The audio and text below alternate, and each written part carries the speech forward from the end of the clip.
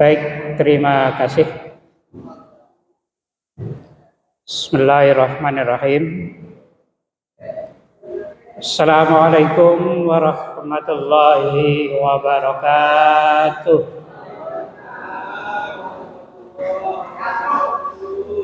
Alhamdulillah. Alhamdulillahilladzi hadana ilal imani wal islam wa amarona bi syari'ati nusukil haji ilal baitil atiqi fil masjidil haram.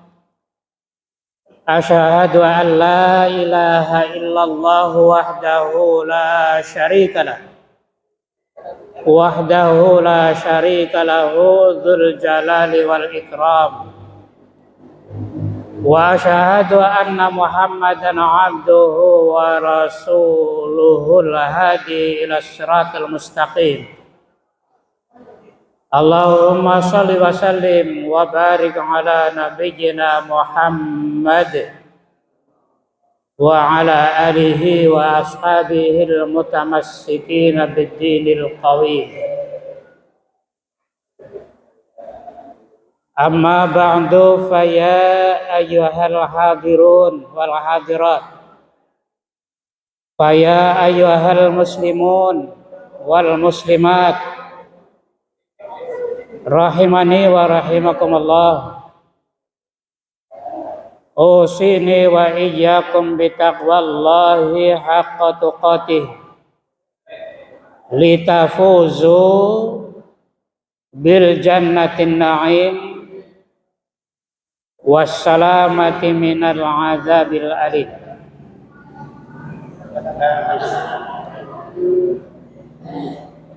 Alhamdulillah, bapak-bapak, ibu-ibu, hadirin hadirat yang dirahmati Allah, marilah kita bersyukur kepada Allah. Alhamdulillah atas limpahan nikmat dan karunia-Nya yang tidak terbilang betapa banyak nikmat karunia yang Allah limpahkan kepada kita. Salawat dan salam mudah-mudahan terlimpah curahkan kepada junjungan kita Nabi Muhammad SAW beserta para keluarganya, para sahabatnya, dan semua pengikutnya al-mutamassikina bid-dinil qawim, yang berpegang teguh dengan agama Allah yang lurus, dan mudah-mudahan kita termasuk bagian di dalamnya.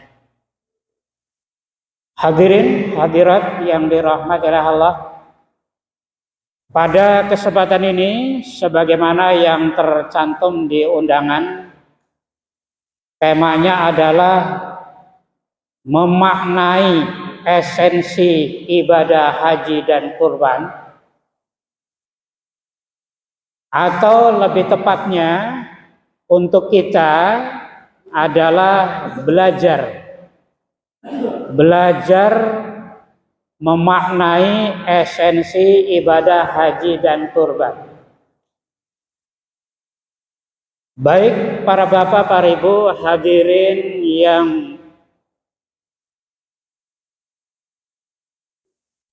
hadirin teman-teman yang hatinya mendapatkan ketenangan,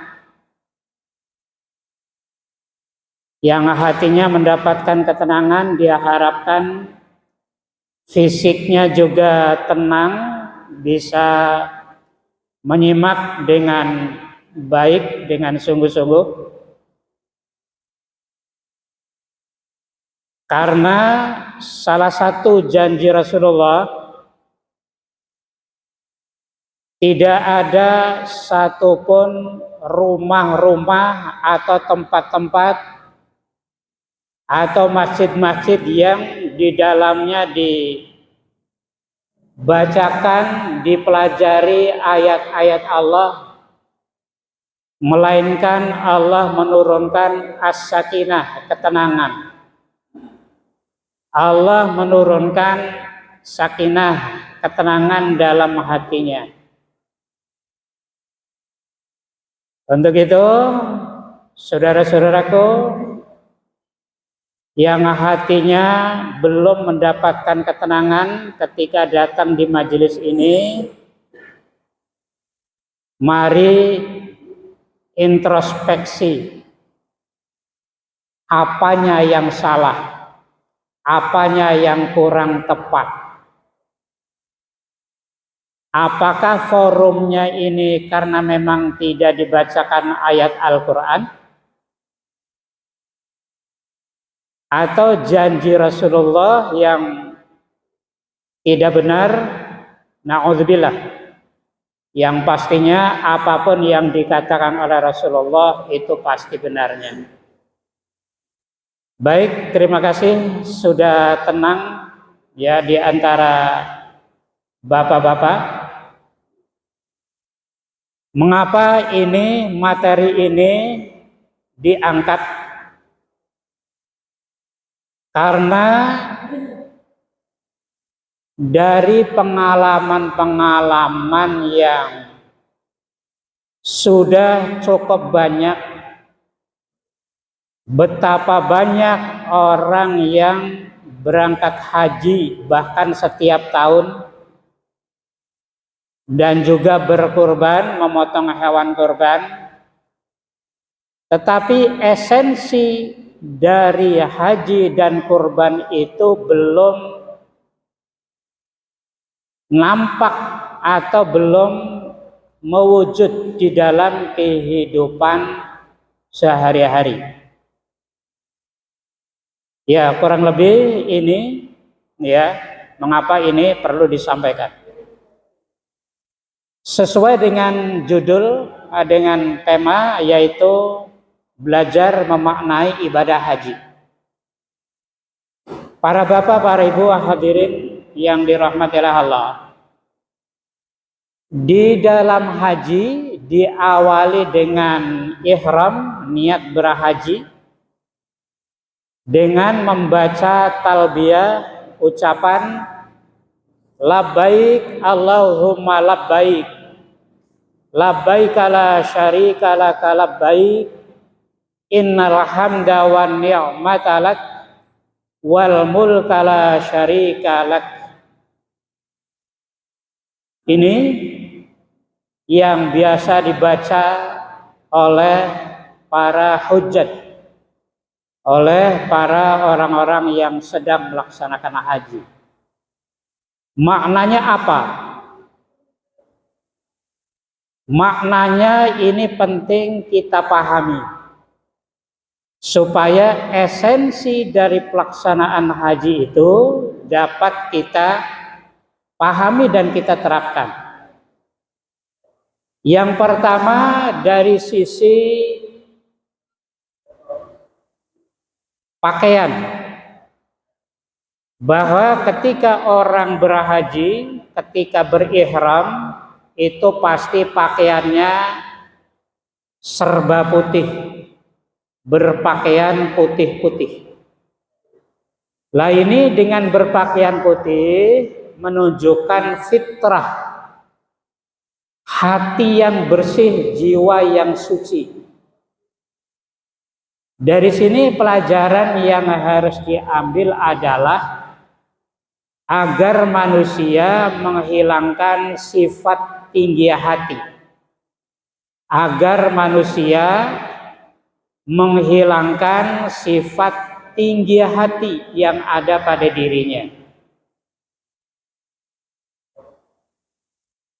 Kalau sifat tinggi hati yang ada pada dirinya itu hilang, maka yang ada adalah sifat tawadhu, sifat rendah hati. Dan itu yang diharapkan oleh Allah. Karena kalau tinggi hati itu artinya sifat takabur, sifat merasa besar, Dan sifat merasa besar itu hanya layak bagi Allah. Hanya dimiliki Allah saja. Allah yang Al-Mutakabbir.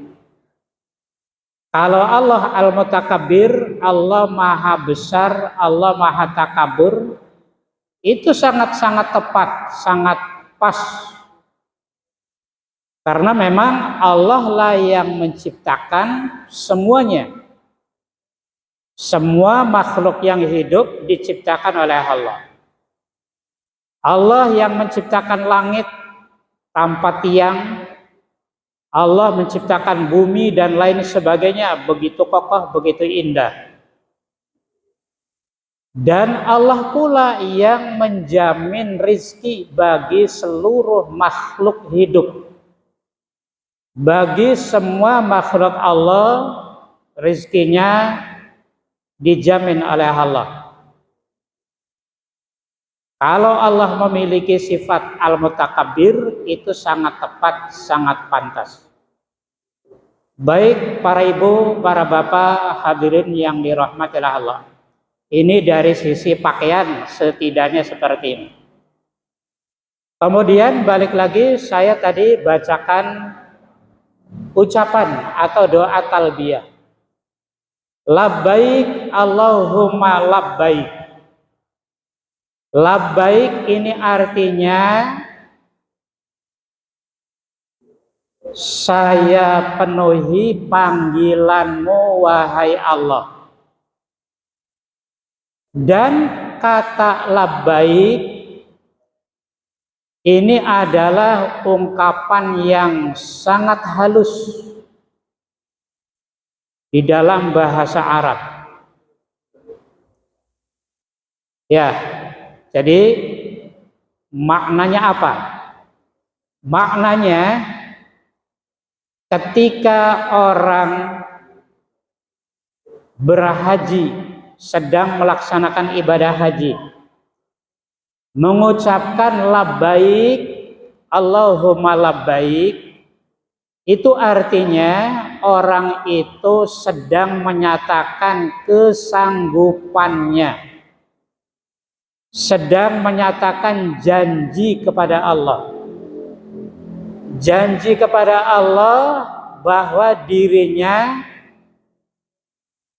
siap dan sanggup memenuhi semua panggilan Allah. Siap dan sanggup memenuhi panggilan Allah, baik ketika sedang berlangsungnya ibadah haji itu sendiri, maupun juga setelah praktek ibadah haji itu sendiri sudah selesai. Artinya setelah pulang ke negerinya masing-masing, itu sikap labbaik Allahumma labbaik itu mestinya harus tetap melekat ada pada dirinya. Ya, bapak-bapak, ibu-ibu, ini dari sini bisa dipahami. Apa intinya?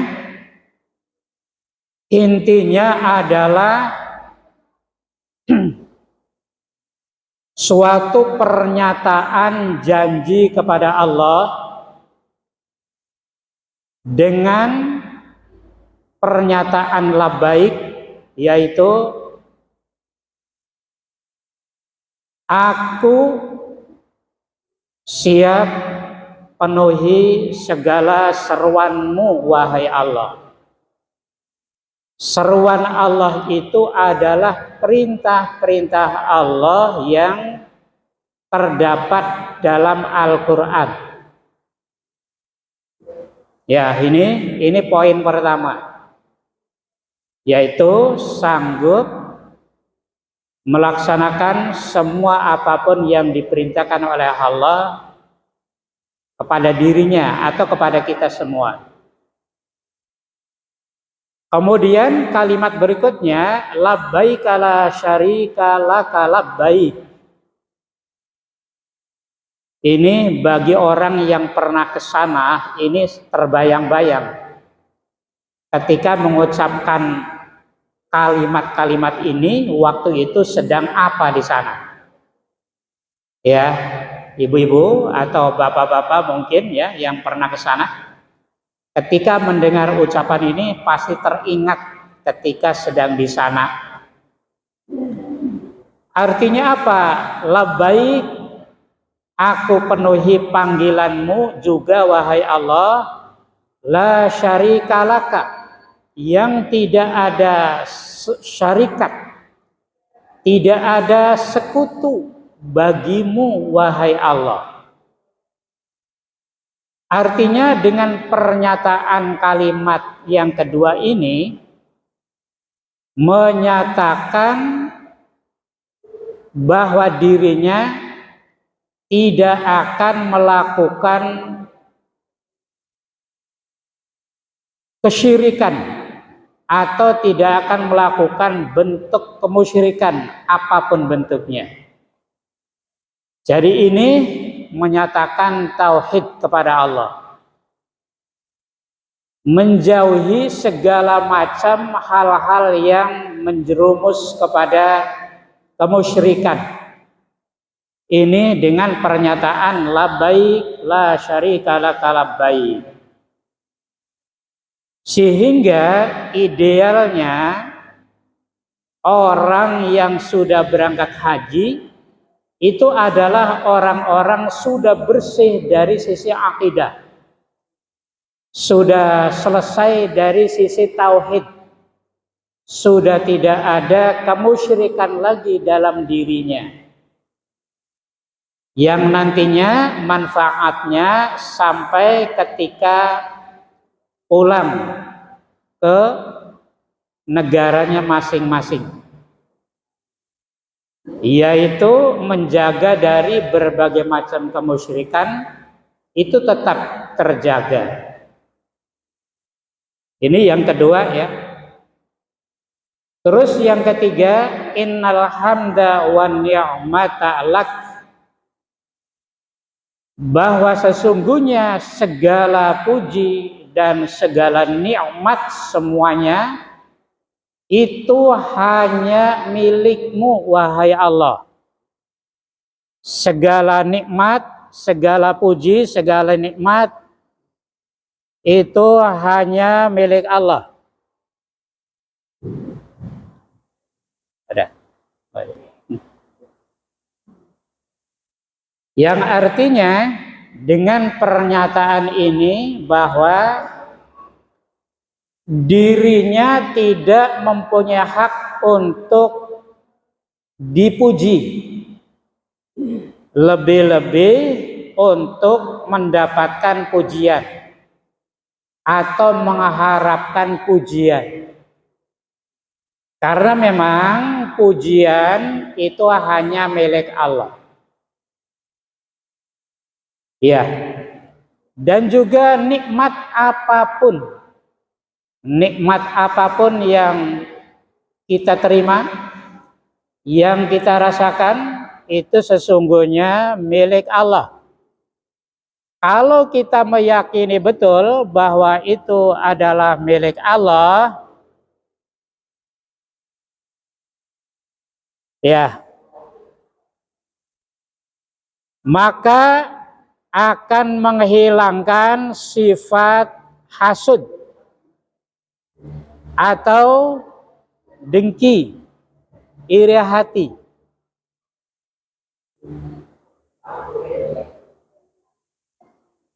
Ya, baik. Kita lanjut ya.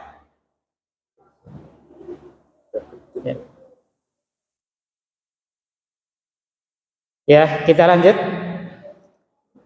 Saya ulangi lagi dengan innal hamda wan ni'mata laka, bahwa sungguh semua pujian dan semua nikmat yang kita rasakan itu milik Allah. Jadi hanya Allah yang berhak untuk dipuji. Kita tidak punya hak untuk mencari pujian. Dan begitu pula nikmat, semua nikmat apapun yang ada pada diri kita itu juga milik Allah.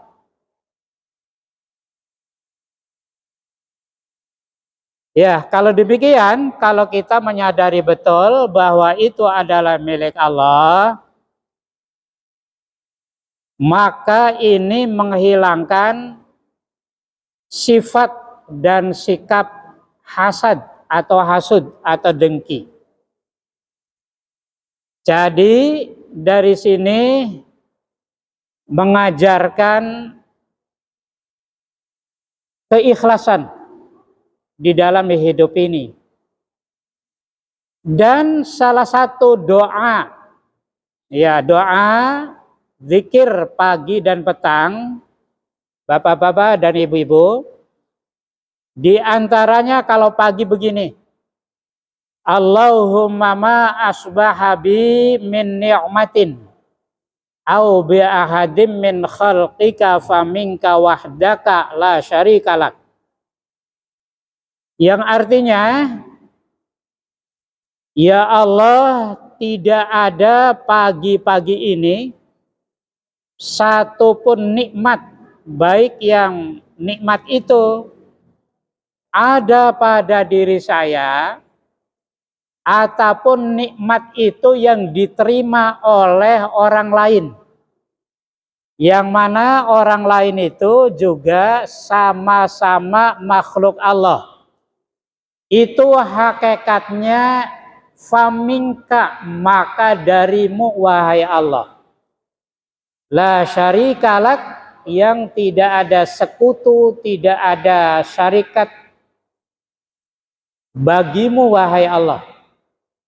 Ini jadi kalimat kalimat talbiyah yang seperti ini semakna juga dengan di antara zikir atau doa pagi dan petang. Ya, saya ulangi lagi, bagi yang sudah hafal, alhamdulillah, mudah-mudahan tetap konsisten membaca, memahami dan menerapkannya. Apabila pagi diawali dengan ma asbaha. Kalau sore berarti ma amsa bi min ni'matin au bi ahadim min khalqika faminka wahdaka la syarikalak. Yang artinya sama seperti tadi, hanya bedanya begini. Ini ungkapan kita sebagai makhluk yang lemah.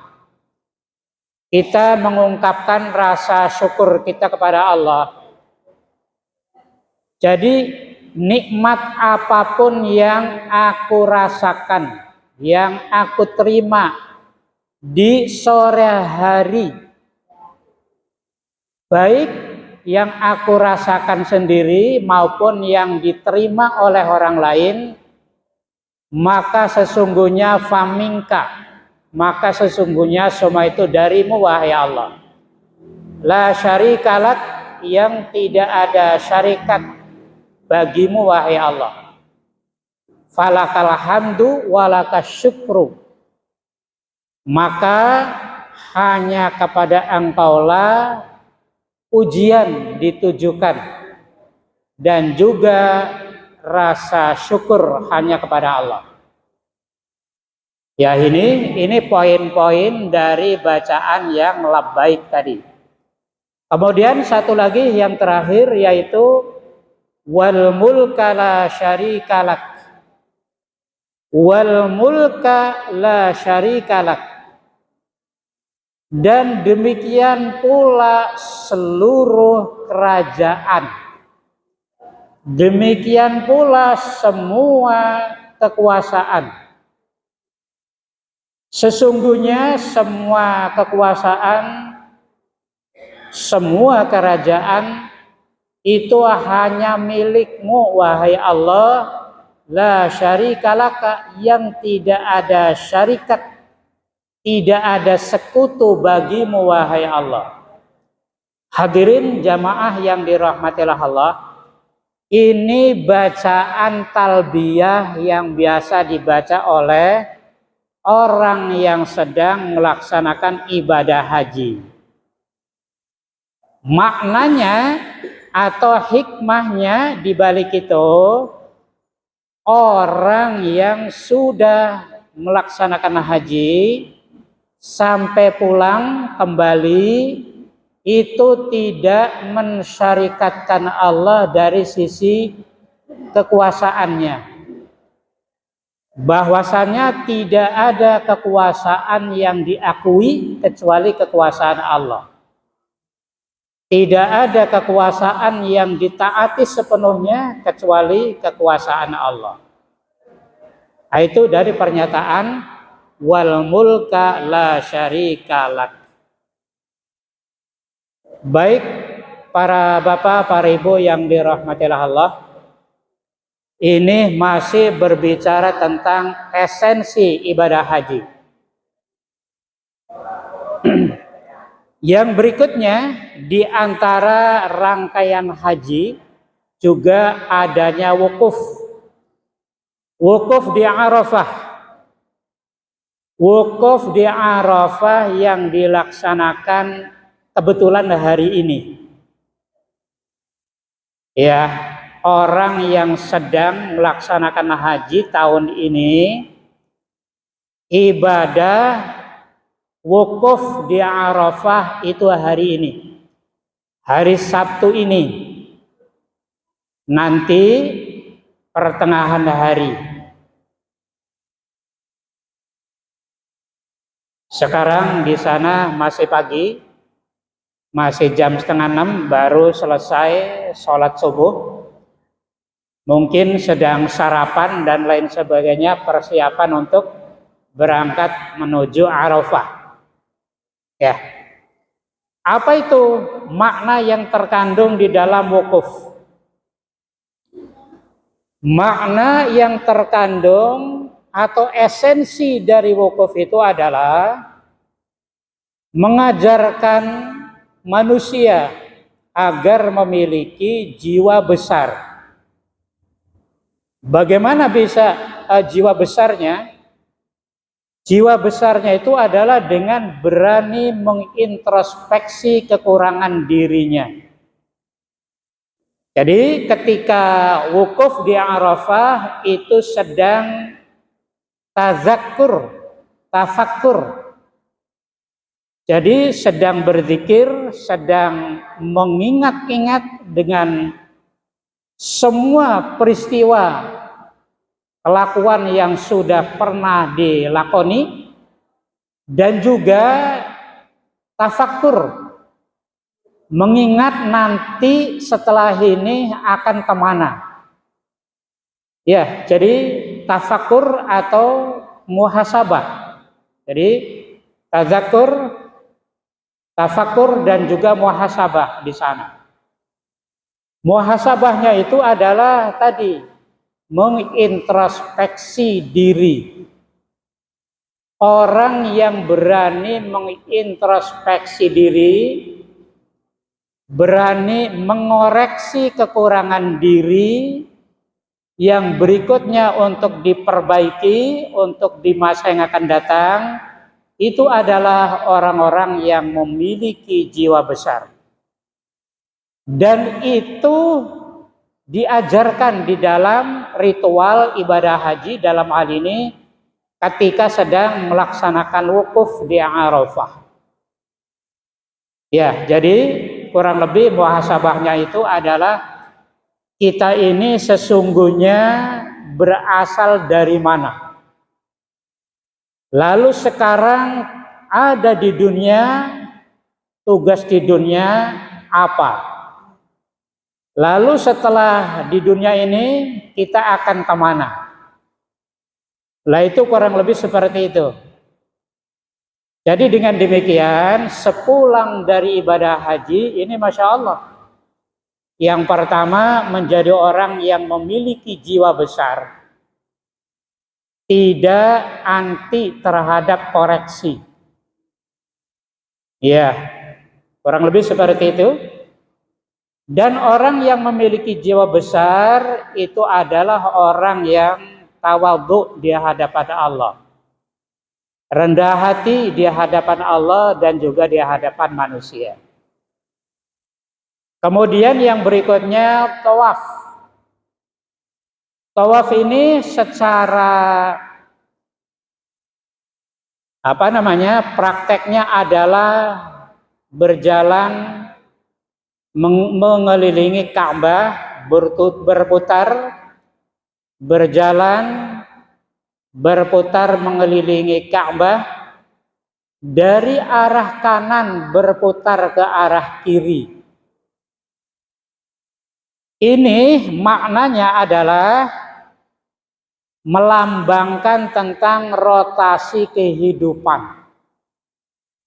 Melambangkan tentang rotasi kehidupan, bahwa semua planet, ya, semua planet yang ada di bumi ini,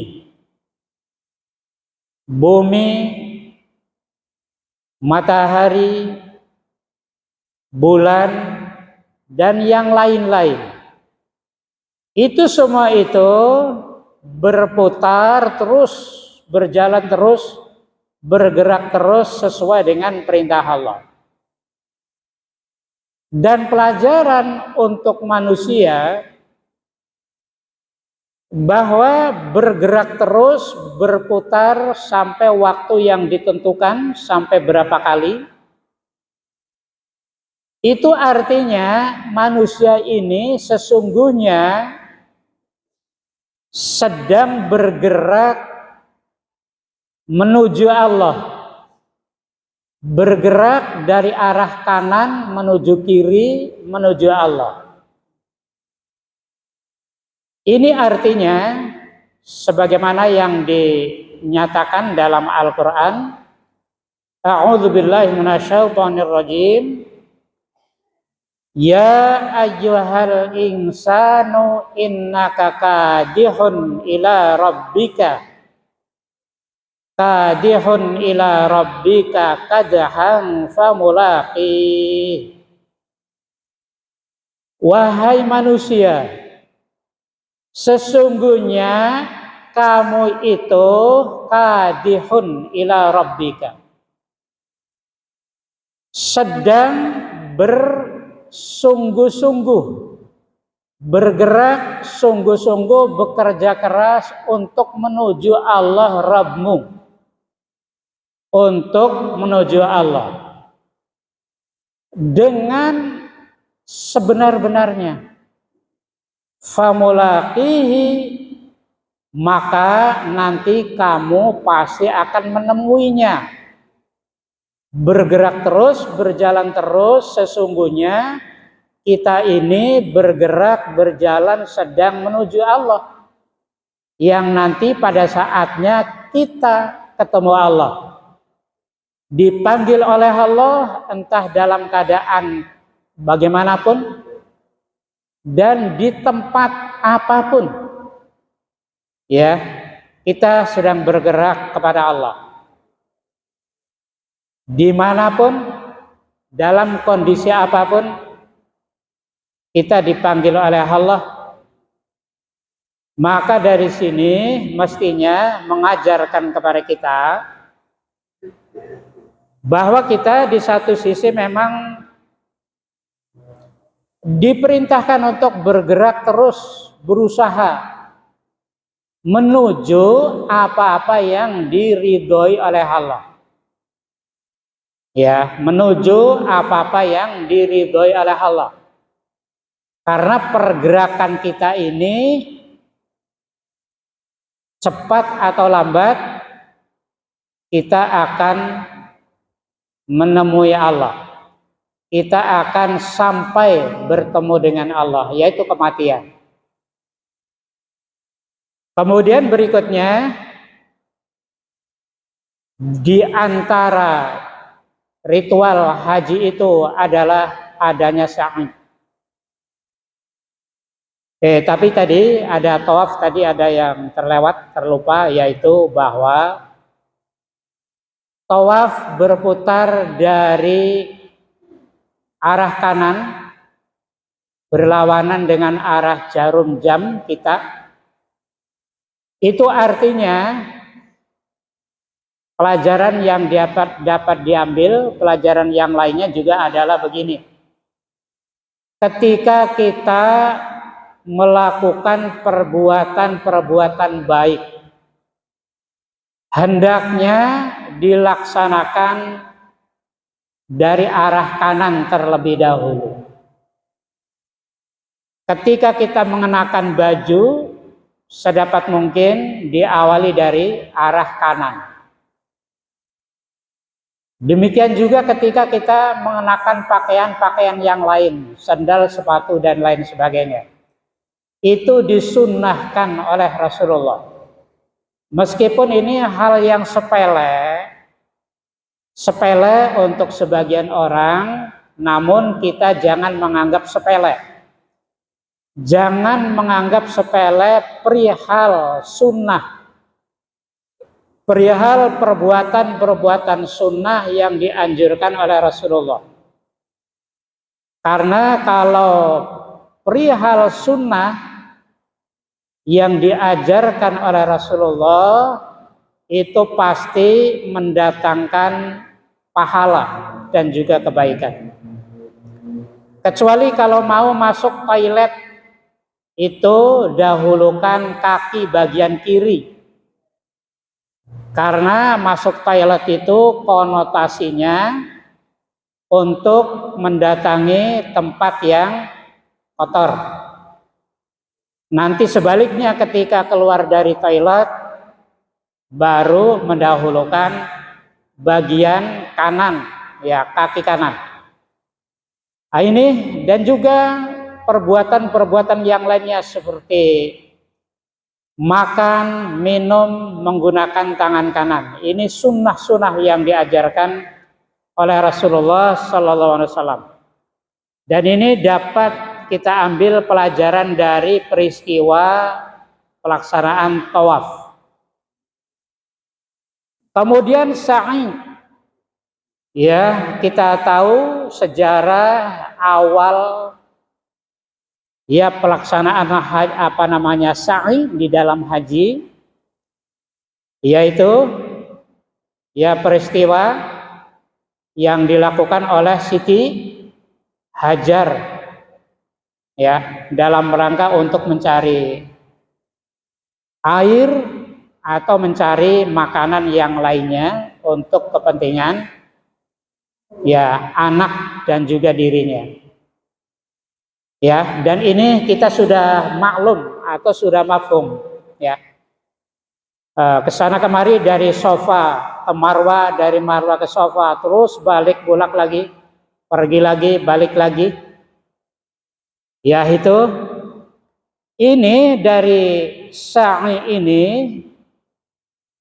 hikmahnya atau esensinya adalah ajaran tentang kesungguhan usaha, ya, mengajarkan kesungguhan usaha, kerja keras dan keteguhan hati, ya, kerja keras dan keteguhan hati. Ini diantara bapak-bapak dan juga ibu-ibu yang ada di WA Group UMKM Kuliah Doha ya. Usaha terus.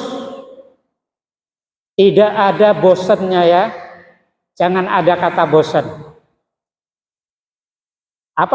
Share terus ya, apa-apa yang boleh jadi nanti ada orang yang membutuhkan. Seperti sekolah aking segala macam begitu ya. Ada yang punya sekolah aking, nasi kering masih ditunggu oleh Pak Ahmad Zain ya. Itu artinya salah satu usaha keras ya. Ya boleh ya. Saya tidak menyebutkan yang lain, mohon maaf ya, tidak cukup tidak hafal yang lainnya. Cukup lumayan silahkan. Dan itu adalah sebagai wujud kesungguhan, ya usaha, kerja keras. Kerja keras itu selama memang halal begitu kan ya, itu diperintahkan dan bernilai ibadah. Meskipun dari kerjaannya itu bolak-balik 7 kali pergi pulang, tidak mendapatkan hasil.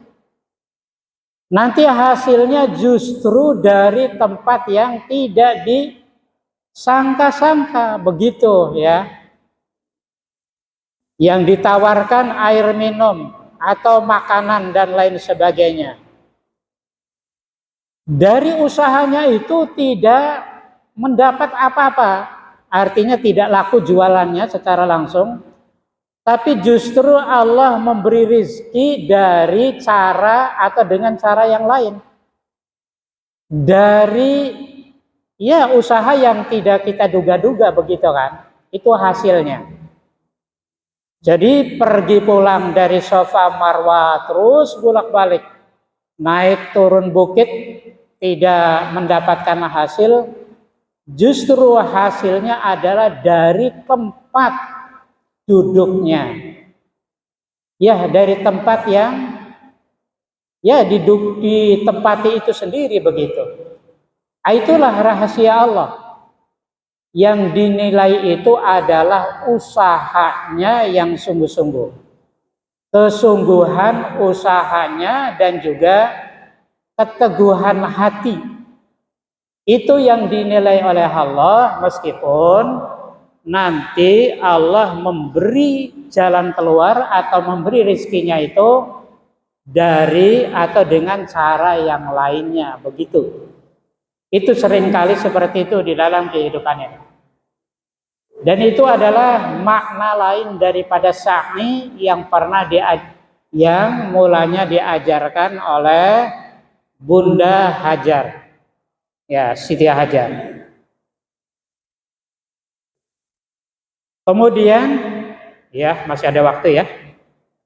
Yang lainnya barangkali ini puncak. Ya, selesainya adalah tahallul. Tahallul itu dihalalkannya sebagian rukun haji yang asalnya dilarang. Sebagian larangan-larangan haji setelah tahallul itu diperbolehkan. Lah, pelajaran yang dapat diambil dari tahallul ini adalah agar manusia senantiasa berpikir dan bertindak positif dalam hidupnya. Masya Allah, ini ya. Agar manusia senantiasa berpikir dan bertindak positif dalam hidupnya. Atau dengan kata lain, berbaik sangka kepada Allah. Berbaik sangka kepada Allah apapun yang terjadi.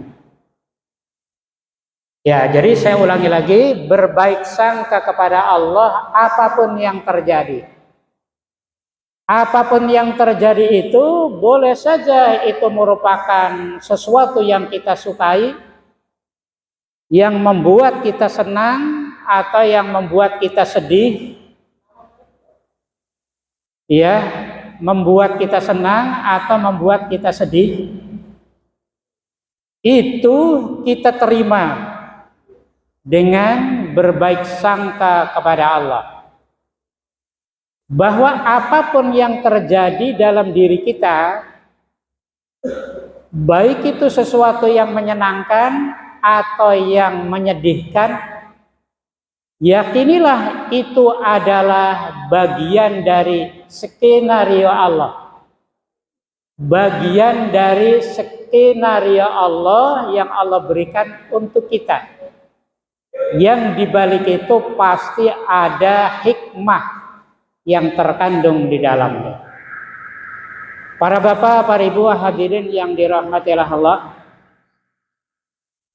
Satu lagi terakhir tentang haji. Tentang haji ini, Masya Allah,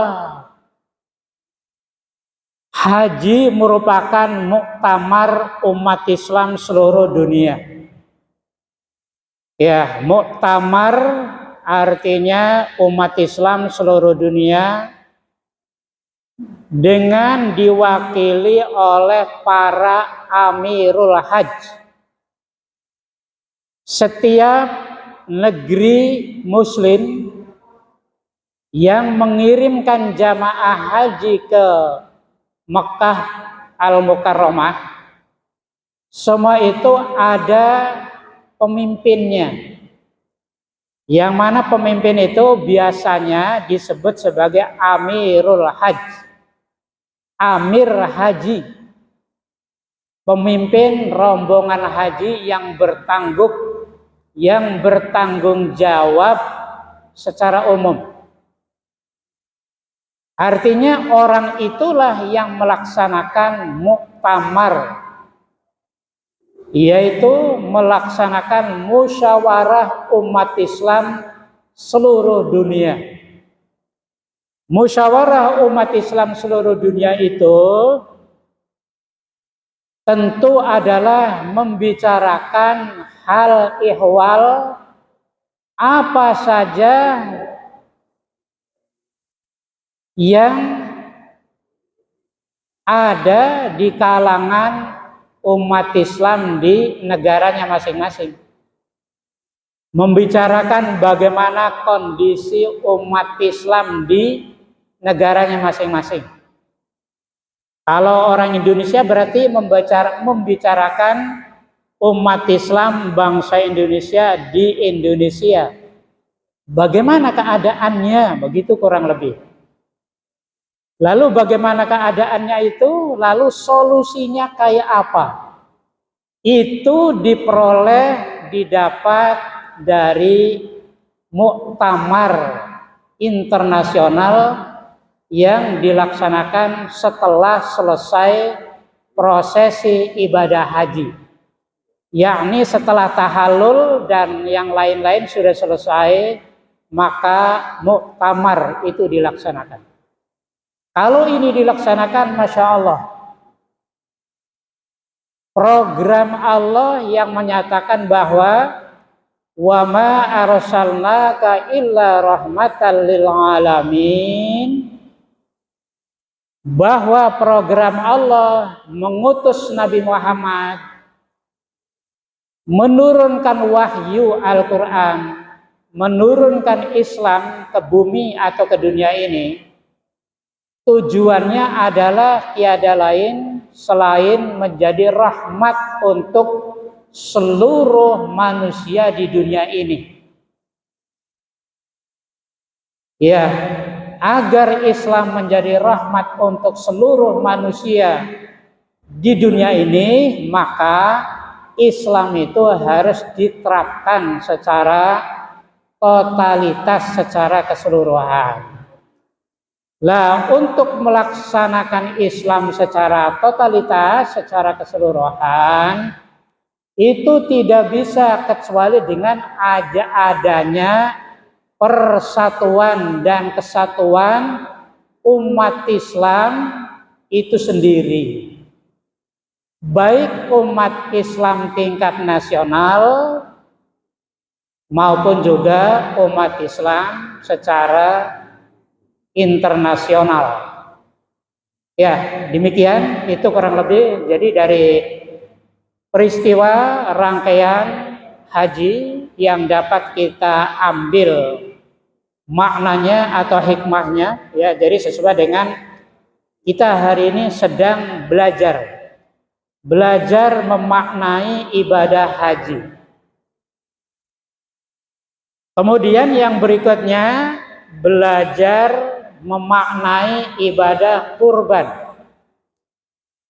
Para bapak, para ibu yang dirahmati Allah, tentang syariat kurban sudah disampaikan sekitar 4 pekan yang lalu. Ya, itu sudah disampaikan dan videonya sudah ada, ya. Alhamdulillah, artinya saya di sini tidak berbicara mengenai syariat dan fikih kurban itu sendiri. Ya, karena mengenai syariat kurban dan atau fikih terapan di kurban itu.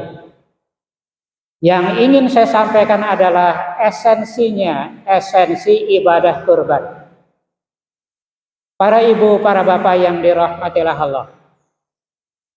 Yang pertama, tentu kurban yang di hewan kurban yang dikurbankan adalah kurban yang sehat, memenuhi syarat standar ya, sesuai dengan syariat. Kemudian ketika kita menyembelih hewan kurban, ada bacaan Bismillahi Allahu Akbar, setidak-tidaknya seperti itu. Atau kalau bacaan yang lain, Inna hadza minka wa ilaika, atau Inna hadza min Ahmad, ya, Inna hadza, atau Inna hadhihi udhiyatu Muhammad fataqabbalha, atau yang lainnya. Tapi yang intinya adalah pernyataan Bismillahi Allahu Akbar. Artinya apa? Artinya pengorbanan yang dilakukan ini atas nama Allah. Dengan nama Allah, Allah yang maha besar. Ya, maknanya apa? Dengan nama Allah, Allah yang maha besar ini, bahwa di dalam kehidupan kita ini haruslah menyertakan nama Allah di dalam kehidupan ini. Allah yang maha besar artinya kita menyatakan dengan sebenar-benarnya. Kita merasa dhaif, kita merasa lemah, sedang menyaksikan kemahabesaran Allah. Dan di dalam hidup ini kita harus lebih memprioritaskan perintah-perintah Allah. Lebih memprioritaskan, lebih mendahulukan apa-apa yang diperintahkan oleh Allah. Itu Allahu Akbar. Sedangkan yang lainnya tentang kemusyrikan sudah disampaikan. Kemudian makna atau hikmah di balik kurban itu adalah yang pertama, menanamkan jiwa rela berkorban. Masya Allah, kalau jiwa rela berkorban ini sudah tertanam pada diri setiap orang Islam, Masya Allah, orang yang punya kelebihan harta rela berkorban untuk kepentingan membantu yang memang perlu dibantu.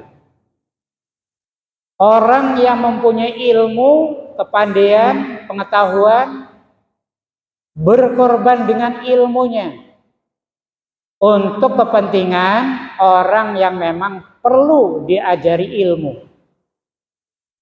Ya alhamdulillah teman-teman di sini, teman-teman dari Pertuni ada banyak yang siap berkorban dengan ilmunya, dengan keterampilannya untuk mengajarkan baca Al-Quran. Alhamdulillah itu saya mengapresiasi, itu adalah perbuatan yang sangat mulia, yang insya Allah itu ilmunya mengalir. Ilmu mengalir, mendapat pahala meskipun orang yang bersangkutan yang mengajarkan itu sudah meninggal dunia. Itu diantara ya pengorbanan.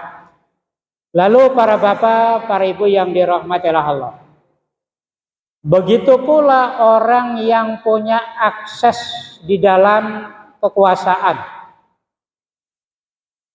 Kalau orang yang punya akses di dalam kekuasaan atau di dalam instansi-instansi kepemerintahan, orang yang rela berkorban itu berarti berusaha sedapat mungkin agar tidak ada pengangguran, agar tidak ada orang yang tidak punya pekerjaan yang menghasilkan rezeki yang halal. Ya, kalau bagi pejabat yang memiliki jiwa rela berkorban. Oke, berikutnya di antaranya adalah dengan memotong hewan kurban, itu berarti membunuh, mematikan hewan itu. Esensinya orang yang berkorban itu harus sanggup membunuh sifat-sifat binatang, sifat-sifat hewan yang ada pada dirinya. Di mana sifat-sifat binatang itu yang sangat menonjol adalah sifat rakus, ya, main serobot, tidak peduli halal haram, gitu kan ya. Dan tentu yang namanya binatang itu adalah siapa yang kuat, dialah yang dapat. Siapa yang kuat, dialah yang menang. Begitu itu sifat-sifat binatang begitu. Para bapak, para ibu yang dirahmati Allah. Pelajaran yang dapat diambil dari ritual ibadah kurban di antaranya ini adalah membunuh sifat binatang, berarti kita mestinya membunuh sifat-sifat binatang yang ada pada diri kita. Kalau sifat-sifat binatang yang ada pada diri kita, meskipun tidak dibunuh semuanya, setidak-tidaknya kita bisa menundukkan ya jiwa yang fujur, jiwa yang durhaka itu. Nafsu serakah yang ada pada diri kita dapat kita redam. Itu setidak-tidaknya. Kalau semua umat Islam seperti itu, lagi-lagi Masya Allah, terciptalah kehidupan yang aman, damai, sentosa, sejahtera. Karena keadilan sosial bagi seluruh rakyat Indonesia itu terwujud. Ya, keadilan sosial bagi seluruh rakyat Indonesia itu terwujud apabila orang sudah mampu membunuh sifat-sifat binatang yang ada pada dirinya dan juga sudah tertanam jiwa rela berkorban. Ini tentu kalau berbicara tentang keadilan sosial bagi seluruh rakyat Indonesia, yang ini memang menjadi cita-cita kemerdekaan Republik Indonesia sejak lebih dari 70 tahun yang lalu, ya hampir 80 tahun. Ini lebih kepada pihak-pihak yang mempunyai akses kekuasaan, pihak-pihak yang pemegang kekuasaan begitu. Para bapak, para ibu hadirin yang dirahmati Allah, satu lagi yang terakhir, esensi berkurban ini adalah berbaik sangka kepada Allah. Mengapa berbaik sangka kepada Allah? Ini tadi sudah diungkap berbaik sangka kepada Allah pada poin apa tadi? Yaitu tahallul tadi ya, berbaik sangka kepada Allah. Mengapa berkurban berbaik sangka kepada Allah? Ini kalau kita telusuri, kita tarik ke belakang, baik kurban yang dilakukan oleh dua orang putranya Nabi Adam alaihimussalam, atau kurban yang dilakukan oleh Nabi Ibrahim dan keluarganya. Semua ini memerlukan keteguhan hati dan juga persangkaan baik kepada Allah. Ya, yang pertama mengenai dua orang putra Nabi Adam alaihissalam. Yang mana dua putra Nabi Adam alaihissalam itu kedua-duanya diperintahkan untuk mengorbankan hasil usaha yang mereka miliki yang terbaik. Hasil usahanya yang terbaik.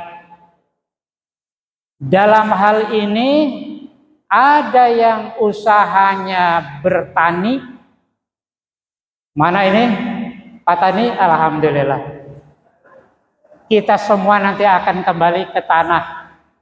Ya. Jadi ada pade yang rajin bertani, ini sesungguhnya mengajarkan kepada kita bahwa kita pasti nanti akan kembali ke tanah. Ya, untuk menjadi orang-orang yang tawadhu kepada Allah. Ya, kembali ke tanah itu mengajarkan rendah hati, tawadhu. Balik lagi ke tadi ya. Jadi di antara anak Nabi Adam ini ada yang kerjanya memang bertani, yang dari berbagai macam hasil tani diperintahkan untuk dikurbankan hasil pertanian yang terbaik. Namun apa yang terjadi? Yang terjadi adalah sebaliknya. Yang sisa yang sudah tidak laku dijual, malah itu yang dikorbankan. Dan itu yang tidak diterima oleh Allah. Sebaliknya, ya peternak yang juga memiliki binatang ternak, hewan ternak, kemudian diperintahkan untuk berkorban, lalu mengorbankan yang terbaik. Dan itulah yang diterima oleh Allah. Dan ini sesuai dengan perintah Allah atau pernyataan Allah dalam hal ini surat Ali Imran ayat 92, A'udzubillahi minasyaitonir rajim. Lan tanalul birra hatta tunfiqu mimma tuhibbun. Kalian tidak akan memperoleh, kalian tidak akan mendapat nilai kebaktian kepada Allah hatta tunfiqu, hingga kalian menginfakkan sebagian dari apa-apa yang lebih kalian cintai. Yang diinfakkan, yang dikorbankan itu adalah harta yang terbaik yang lebih dicintai. Inilah yang diterima oleh Allah. Dan ini tidak bisa silakan Pak. Ini untuk berkorban, untuk berinfak, menginfakkan, mengorbankan yang paling terbaik, yang paling kita cintai, itu tidak mudah. Masya Allah, sangat luar biasa, tidak mudah. Kecuali bagi orang yang punya prasangka baik kepada Allah.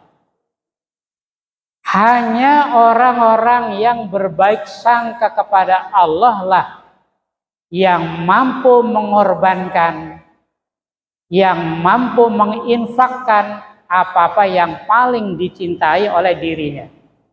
Ini Masya Allah luar biasa.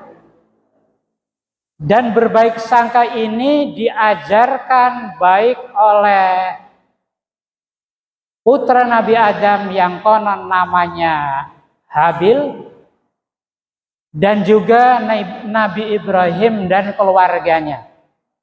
Nabi Ibrahim, putra Nabi Ibrahim Ismail, dan juga ibunda Hajar. Yang mereka itu keluarga yang berbaik sangka kepada Allah. Berbaik sangka dalam artian kalau itu merupakan perintah Allah, seberat apapun, meskipun sepertinya merugikan, ya meskipun semestinya merugikan, namun karena itu memang perintah Allah, kemauan Allah, keinginan Allah, maka keinginan Allah itu dilaksanakan. Maka itulah yang akan mendapat balasan yang jauh lebih baik dari apa-apa yang dikeluarkan atau yang dikorbankannya.